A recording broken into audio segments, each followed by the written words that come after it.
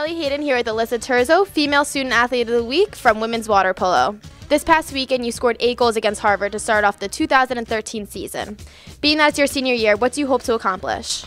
Well, obviously in MAC play, we'd love to go undefeated, and then obviously finish with a MAC championship and go to NCAA tournament. And this year, you have a huge target on your back. You won the last 2 MAC championships. How is your team preparing? Well, it's going to be a hard season. We lost 3 really great players.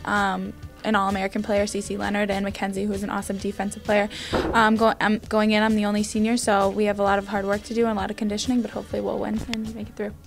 Congratulations to Alyssa Turzo for Student Athlete of the Week. I'm Carly Hayden reporting from Hines Athletic Center.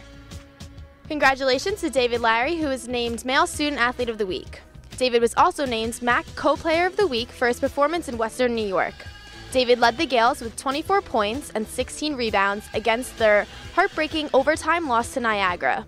He also posted 11 points, 16 rebounds, and 5 assists against Canisius. Talk about how it feels to win MAC Player of the Week. Actually, I have no feelings towards it because I wasn't too happy that we lost, but I mean, it's good to get recognition for playing hard. And this week you have 2 tough games. You're playing Marist and Rider. Talk about how your team's preparing for the upcoming weekend. Actually, we really aren't doing anything different. We lost 2 close games, so Coach has us doing things that test our mental toughness, but we work hard and go hard all the time, so we really aren't doing much different, just working hard.